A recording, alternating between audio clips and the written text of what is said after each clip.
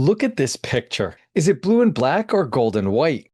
Ask your friend and they will pick the other one. Same pixels, different brains. Look at this one. Some of you see an old woman. Some of you see a young woman. Same ink, different brain. Your brain just did the same thing that the dress did. Twice in 30 seconds. Your brain decided what color it is. And you do the exact same thing in your portfolio. You have no idea that you are doing it. By the end of this video, you will know the names of 4 biases that are deciding your trades for you right now without you even knowing it. Every human has them. You, me, Warren Buffett. This is wiring you were born with. Nobody taught you to see it until today. So, what is one picture in your head right now that is deciding your portfolio for you? My name is Ken Freeman, CFA charter holder, Rutgers Business School professor, and I have over 20 years of experience working on Wall Street. I train the analysts at JP Morgan, Morgan Stanley, and BlackRock. Behavioral finance is what I teach them first. Let me show you what I mean. Meet Mary.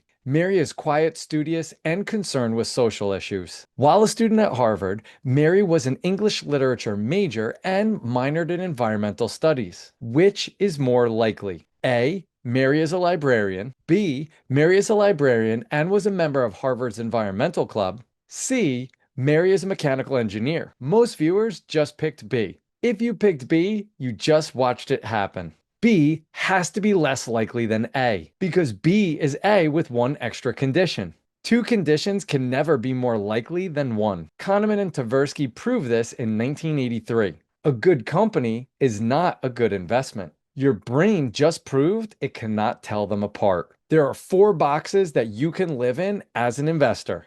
Box 1, conscious competence. You know exactly what you're doing, or you know what you know.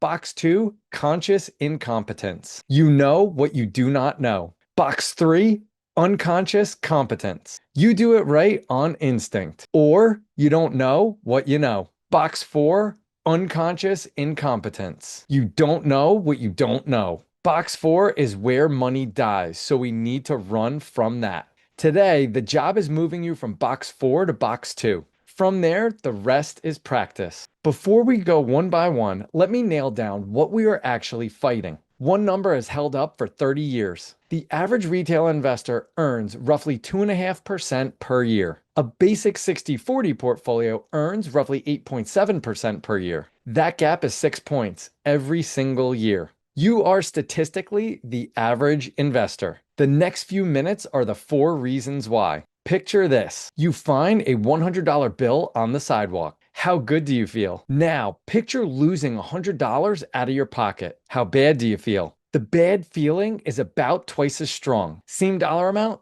twice the punch. This asymmetry runs your account every single day. Behavior 1, you hold losers way too long. Behavior 2, you sell winners way too soon. Peter Lynch had an analogy for it. Cutting your flowers and watering your weeds. Try this right now. Name the last stock that you sold out loud. Was it a winner or a loser? I'll wait. Now, name a stock that you're still holding underwater. I'll wait again. You sold the winner. You are babysitting the loser. That is loss aversion with a name on it now. Here's the fix that breaks down both behaviors. Look at every losing stock in your account. Pretend that you do not own it right now. Would you buy it today at this price? If yes, hold it. The loss is just the price. If no, sell it today. Waiting for the comeback is the costliest habit. The longer you hold a loser, the more impossible the math gets. Studies of real brokerage accounts show this. Loss aversion alone costs retail investors 1 to 2 percentage points every single year. Compound that over 30 years. Hundreds of thousands of dollars gone. Here is what your brain hides from you. What you paid for the stock is gone. It is a sunk cost. The market has no memory of it. The only number that matters is the price right now. Warren Buffett's mentor, Ben Graham, had a great perspective on stock price. In the short run, the market is a voting machine. In the long run, the market is a weighing machine. It weighs or values earnings. Read the financials. Stop reading the daily price. Right now, open your stock app. Scroll to the one position that you forgot on purpose. Loss aversion has a name on it now. The next one is another that most retail investors do. How much would you sell your car for tomorrow? Now, picture that same exact car on a lot. How much would you pay for it? Almost every owner wants more to sell than they would pay to buy. That is the endowment effect. The second that something is yours, your brain inflates the value of it. Here's the same wiring inside your account. You bought a stock at 100. Your buddy bought the same stock at 75. Today, it's sitting at 80. Same ticker, same price, same minute. You are sick to your stomach. Your friend is thrilled. The only thing different is the number burned into your head. That number lives only in your skull, and it is running your sell button. Same thing is happening in your account. The market sees a ticker. It values cash flow. Your research goes in the trash. Same fix as rule one, slightly different question. Walk through every stock you own. Would I open this position from scratch today? Whatever you would not buy back, you are holding because it's yours. Try this on the position that you love the most. Would you buy the stock today? Picture saying its name out loud. Feel that little defensive twitch? That twitch is endowment bias. Caught red-handed. The ticker that you just felt that twitch on, that is the position you should sell first. 2 biases down. If this is changing how you think about investing, hit like and subscribe. It is how I bring you this Wall Street knowledge for free every week. And there are 2 ways to go deeper. Office Hours gets live streams before the public, and only that tier can ask questions live. Private Office Hours gets the raw model build for the next stock breakdown. You can learn more about my membership below.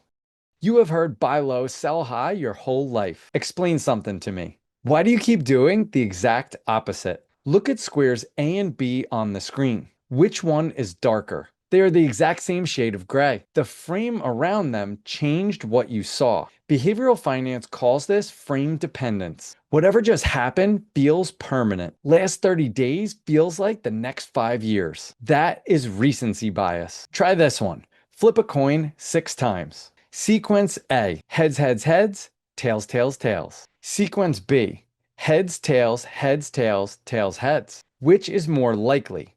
Pick one in your head. They have the exact same odds. Your brain swears that B looks more random. That is the same wiring that makes 3 green days feel like a hot stock.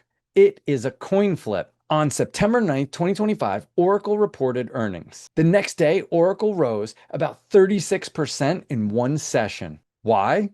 Their cloud backlog jumped to roughly $455 billion, up 359% year over year. Oracle hit an all-time high of 345.72 that day. Then, Recency did its job on retail. Oracle has traded back well off that high, bottomed near 174 in April of this year. The cloud deals are still real. The backlog is still real. Your brain just bought the move, not the business valuation. And there's one chart that proves it: the cycle of market emotions. Euphoria at the top, labeled maximum financial risk. Despondency at the bottom, maximum opportunity. Your brain wants to buy at euphoria and sell at despondency. This is where Warren Buffett's quote, "Buy when there's blood in the streets," comes from. Here is the fix. Stop looking at the last 30 days of price. Look at the financials over the last 5 years. Ask where the business goes in the next 5 years. Financials improving while the price drops? That is your buy signal. Right now, scroll through your watch list. Find the ticker that you added in the last 30 days. Loss aversion, endowment, recency bias. They all share an engine,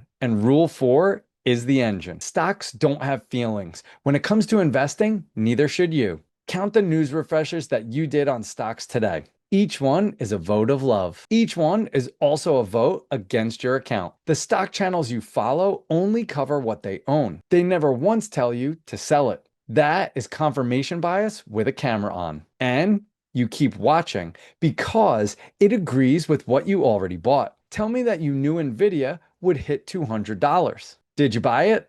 At what price? Hours of news scanning makes you feel like you have an edge. But tomorrow's news hasn't happened yet. When you lose money, it was bad luck. But when the next guy loses, he made a mistake. All 4 stacked into one word: overconfidence. Pick up a pen and paper. Check the S&P 500 close today. Give me two numbers. A ceiling that you're 99% sure that the S&P stays below in the next 12 months. A floor that you are 99% sure it stays above. Write them down. I'll wait.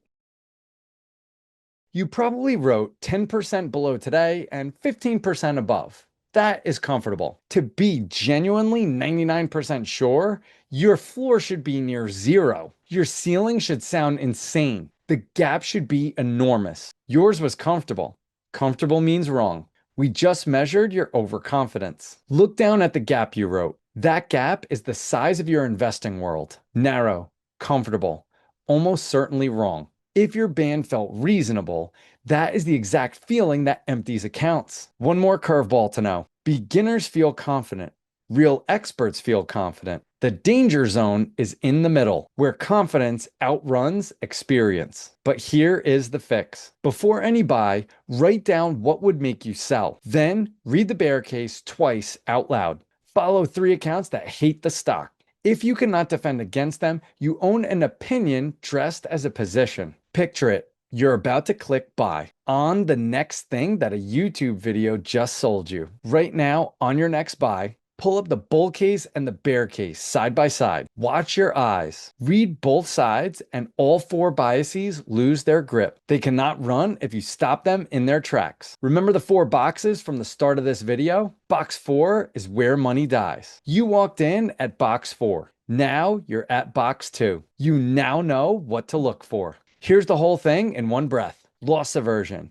You feel losses twice as hard. Endowment effect. You overvalue what you own. Recency bias. The last 30 days hijacks the next 5 years. Confirmation bias. Your brain hunts for agreement and validation. One question fixes all 4. Run it on every stock you own. Would I buy this today at this price if I did not already own it? Yes, hold. No, sell. That's the whole skill in one question. Pick the position that hurts you most. Hold it up to the question. Would I buy this today at this price? Whatever you just answered, that is your homework for this week. Felt the answer in your gut? That gut feeling is the whole skill. Later this week, I am taking these 4 biases and pointing them at one stock most retail owns. Subscribe so that you do not miss it. Which of the 4 boxes did you walk in at? Drop it in the comments below. As always, be relentless.